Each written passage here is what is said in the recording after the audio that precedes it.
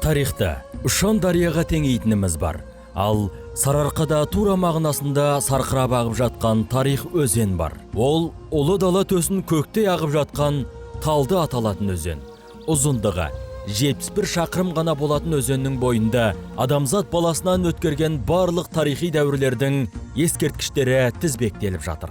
Бастау бұлағы бұл өзеннің тас ғасыры қоныстарынан басталса, орта белдеулерде қола, сақ, ғұн, түрік дәуірінің қорымдары, аяқ тұсы 20 ғасырдың хан базары, қоянды жәрмеңкесі болған кең алқаптан өтіп барып құрдымға айналды. Мына жанымызда Беғаздандыбай заманының Қаражат тас деген ескерткіш тұр, жойқын ескерткіш. Ол біздің эрамызға дейінгі 2-ші мыңжылдықтың ортасында қалыптасқан. Шамамен біздің эрамызға дейінгі 15-14 ғасырларда салынған. Мынау 7-ші ғасыр деп тұрмыз. Енді осыдан кейін кете береді ғұн дәуірінің ескерткіштері бар. Мынау Ақсуайыл деген атақты мавзолейлер бар, тақ кесенелер бар. Орта ғасырлық Нұраталыптан шыққан орта ғасырлық қорым бар, Қыпшақ заманының. Түркі дәуірінің әлгі балбалды мүсін тастары толып жатыр. Соның бәрін кәдімгідей тізіп шықсаңыз, хронологияны шыға келеді. Мыңдаған жылдар бойы жерде халық отырған, мыңдаған жылдар бойы. Жоқ дегенде енді Ақсуайылдан бастап санасақ, бір 4000 жылдай қозғалмаған мәдениеттің орны ғой. Бұның бәрін өкінішке орай біз қайтадан, бұның енді ата бабамыз бұған шек келтірмеген. Естерің дұрыс па, бұл қайдан келушік деп, отырмыз ғой деп. Ал менің атам бейті, анау арғы атам бейті. Әр жағын мен білмеймін оны, жазудың қажет жоқ деп. Отырмыз ғой деп. Біз сол анау кеңес дәуірінде біздің ұлт қатты өзгеріске ұшыраған негізі. Иә, кеңестік кезеңде идеологиялық тұрғыдан жергілікті халықтың төл тарихы бұрмаланып келгендігі белгілі. Ал шын мәнінде бұл дала ерте көшпенділердің ежелден қоныс тепкен ата қоныс еді. Мәселен, қола дәуіріндегі далалықтардың түр тұлғасы қазіргі жергілікті халықтан аса бір айырмашылығы жоқ. Рас, Қазақстан аумағын мекендеген ерте көшпенділердің алғашқы келбеттері европоидтық болған. Алайда қола дәуірінен бастап бертіндеп азиаттық түр сипатқа айнала бастайды. Шыңғыс ханның жорығынан кейін Қазақстан тұрғындарының бейнесінде монголоид элементі 70%-ға жеткен екен. Егер түрік дәуірінде 50 болса, моңғол дәуірінде 70 болса, қанша үлес қосқаны, әлгі Шыңғыс ханның 20% қосқан екен. Сонымен бүгінгі қазақтардың бейнесінде сол баяғы қола дәуірінің ата бабаларымыздың 30% сақталып қалған. Қазіргі қазақ осыдан 4000 жыл бұрын өмір сүрген тайпалардың бет келбетінің 1/3 үлесін сақтап қалған. Бұл тек түр әлпет қан емес, дене тұрқында, болмысқа да қатысты. 4000 жыл бұрынғы түп бабасының осыншама жұрнағын сақтап қалған халық әлемде некен саяқ. Демек, арғы тегін сақтан тарататын түрік халықтары да бұл мәдени кодын білсе керек. Сондықтан Беғаз мен сақтардың қорымын жатсынбай, баба тұтып жанына бейіттерін қойған. Мынау орда сақ обасы тұрса, анау жартаста 18 ғасырдағы Сеңгібай батырдың моласы жайғасқан. Тарихи сабақтастық осы болар. Қазақтың 40 ғасырлық тарихи ескерткіштерін бір ара жиған бұл алқапты облыс басшылығы алдағы уақытта үлкен археологиялық музей кешенге айналдырмақ. Сол қалпына келтіру, мынау аспан астында мұражай жасау жұмыстары жүріп жатыр. Енді бұны қазіргі біздің еліміздегі ғылымның даму жолына қарайтын болсақ, бұрынғы бұдан 30-40 жыл бұрынғы әлгі бірдемелерді археологтар қазып, қопарып ашып, керегін алып, осы бет қалып кететін бұрын. Қазір оны жағдайда көтермейді.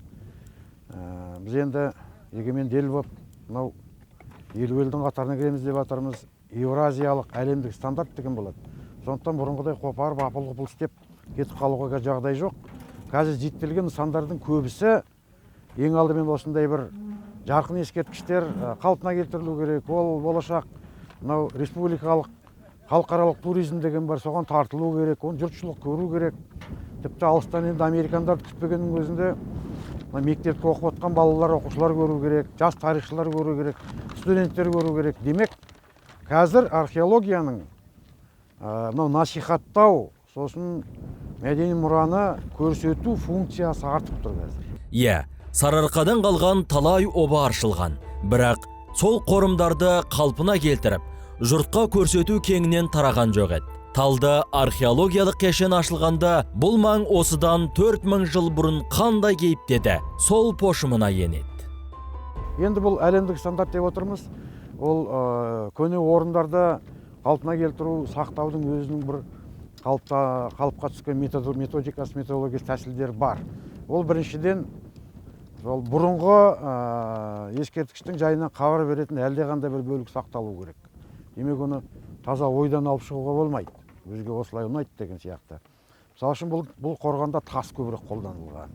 Сондықтан бұл тас қорған болады. Сосын бұның әлгі өлшемдерін өзгертуге болмайды. Бұның диаметрі 30 метр мысалы үшін. Сол сақталу керек, 28 метр. Әдеметіп қою бар да, оны болашақ ұрпаққа аманаттап жеткізу деген бар. Сақтау үшін не істеу керек? Арқаның даласы, Ақтеңіздің жағалау емес әрине. Қыс болмайтын, ескерткіштері қойған күйінде ғасырлап тұра беретін. Қысы қалың қар, қатты боран, жазы төбеңнен өтетін аптап ыстық, аспан асты мұражайына көп зақым келтіреді. Сондықтан археологтар ескерткіштердің негізгі бөлшектерін көрсете отырып, кей тұстарын амалсыздан қаптап, топырақпен көміп қояды. Сонымен, туристер назарына ұсынылғалы отырған сақ қорғаны несімен қызықты? Мәселен, бұл жерде алтын киімді патша табыла қойған жоқ әзірге. Дегенмен, тарихи құндылығы аса жоғары. Тың жәдігерлер жетерлік. Осыған қарап отырып, осы қорғанды біздің ерамызға дейінгі 7-ші ғасырдың ортасы, 7-ші ғасырдың бірінші жартысы деп ойлаймыз. Демек, бұны құрған адамдар осы уақыттан санағанда 2700 жылдай шамасында уақыт бір мекендеген бабалардың орны мынау. Өкінішке орай қатты тоналған. Үш жебеден басқа бұйым қалмаған. Тас құралдар шықты.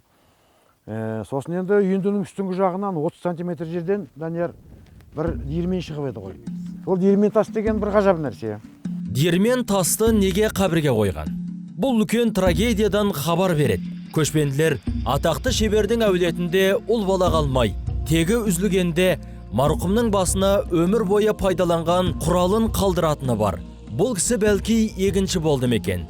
Қалай десек те ауыр трагедиядан хабар береді.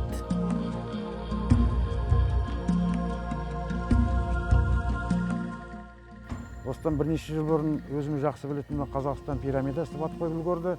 Журналист ағайындар жұртшылық Қаражат тас деген жердің атауы. Қазақият Қаражат тас деген. 2016 жылы төбе астынан аршып алынған сенсация осы.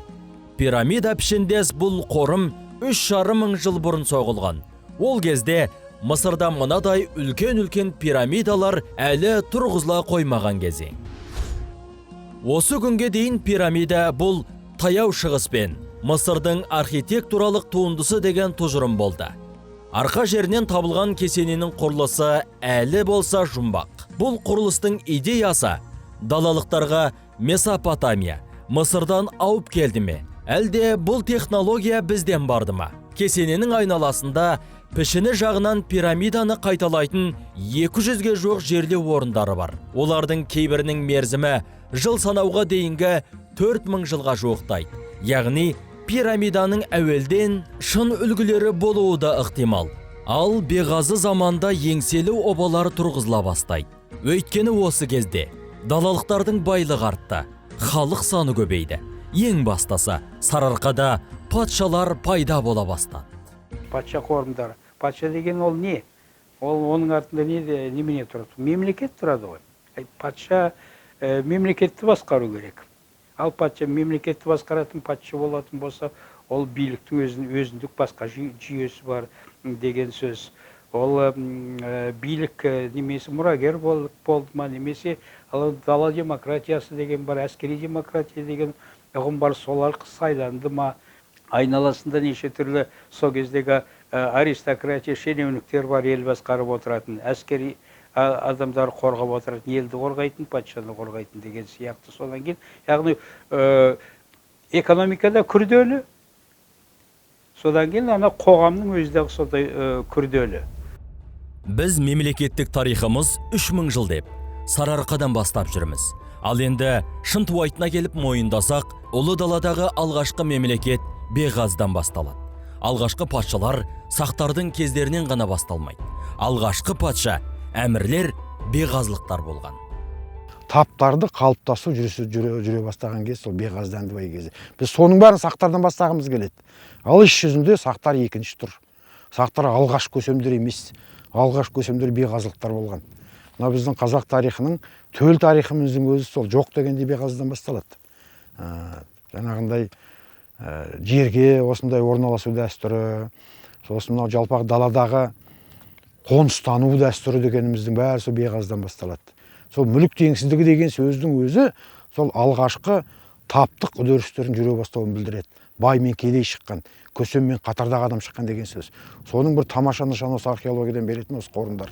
Далалықтар сонау қола дәуірінің өзінде пирамиданың 4 бұрышын жердің 4 тарапы, оң, сол, шығыс, батыс тұсқа қарата соғыпты. Қазақтың 4 құбыла ұғымы, міне, қайдан тамыр тартатынын қараңыз.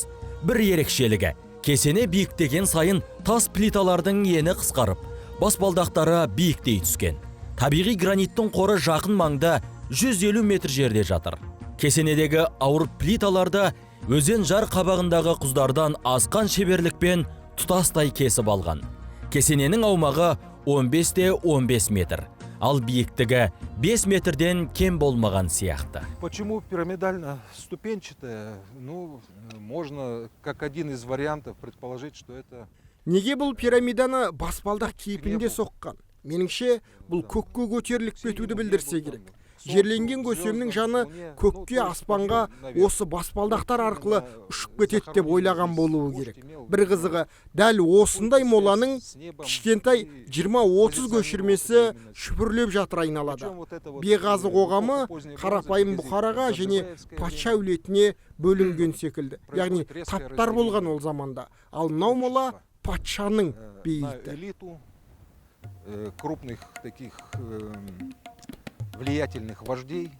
Беғазы заманында бейітті көнбейтін болған. Ал Қаражартас қорымын соғушылар бір ғасыр өтер өтпестен кейін марқұмды қазып алып, пирамиданың өзін қалың топырақ арасына көміп, әлде жасырып кетіпті. Ғалымдар бұл қарақшылық тонау емес.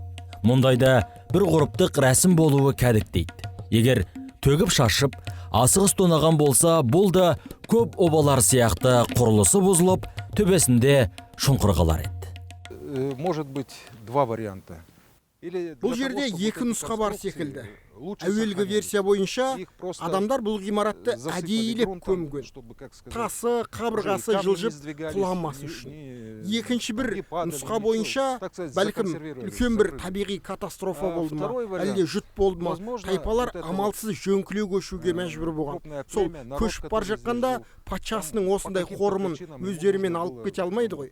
Бірақ жұртта да қалдыра алмайды. Сондықтан жаудың көзіне түсіп қалмас үшін әдейілеп жауып, кейін келгенде қайта аршып аламыз деп ойласа керек.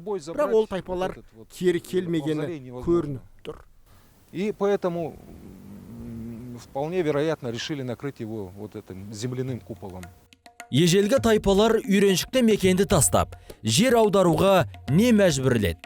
Ғалымдар мұның себебін әлі де болса дөп басып айталған жоқ. Дәл осы кезде ұлы даладағы протоқалалар да қаңырап бос қала бастайды. Не себеп? Период поздней бронзы, в отличие от периода Қола дәуірінде климат қоңыржай болды. Қысы Андроновские қатты суық культуры. болған жоқ. Жазда бірақ өте көп жауын шашын да жауған жоқ. Дала қуаң бір шөлді әдемі аймақ еді. Ал қола дәуірінің соңына таман климат өзгере бастады. Қыс өте суық, аязды болды. Есесіне жаз жаңбырлы болып, жайылым жерлер көбейді. Қолдағы малдың саны көбейді. Амал жоқ, енді осы малмен көшіп жүруге тура келді. Осылайша өмірге көшпенді өркениет пайда болған секілді. Свидетельствует большое количество вообще поселений Беғазы-Дандыбайской культуры и могильников. Тасын түртсең тарих сөйлеп қоя береді дейтін теңеу бар. Дәл осы талды аумағына арналғандайық. Бұлайғы адам байқамайтын, елеусіз жатқан мынау төбешіктің астында қос ат жеккен арбакеш баһадүрлер жатқан. Осы обалар жер бетінде ең алғашқы дөңгелекті де, арбаны да далалықтардың ойлап тапқанынан хабар береді. Дөңгелек біздің қазақтың жерінен ойлап табылған нәрсе. Оның доғалақтарын немесе кейбір детальдары мынау қазіргі қола дәуірінің қорғандарының бейіттеріне шығып жатыр. Біздің орталық Қазақстанның өзінде. Бірақ өкінішке орай ол ағаштан жасалғаннан кейін көп сақталмайды.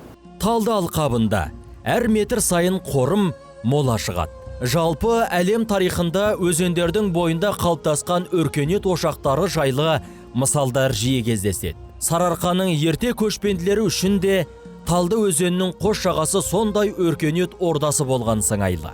Талды археологиялық паркі ашылғанда бұл маң бағзы кейпіне оралды. Ескі тұрақтар толық ашылып, пирамида мен мұндалап тұрады.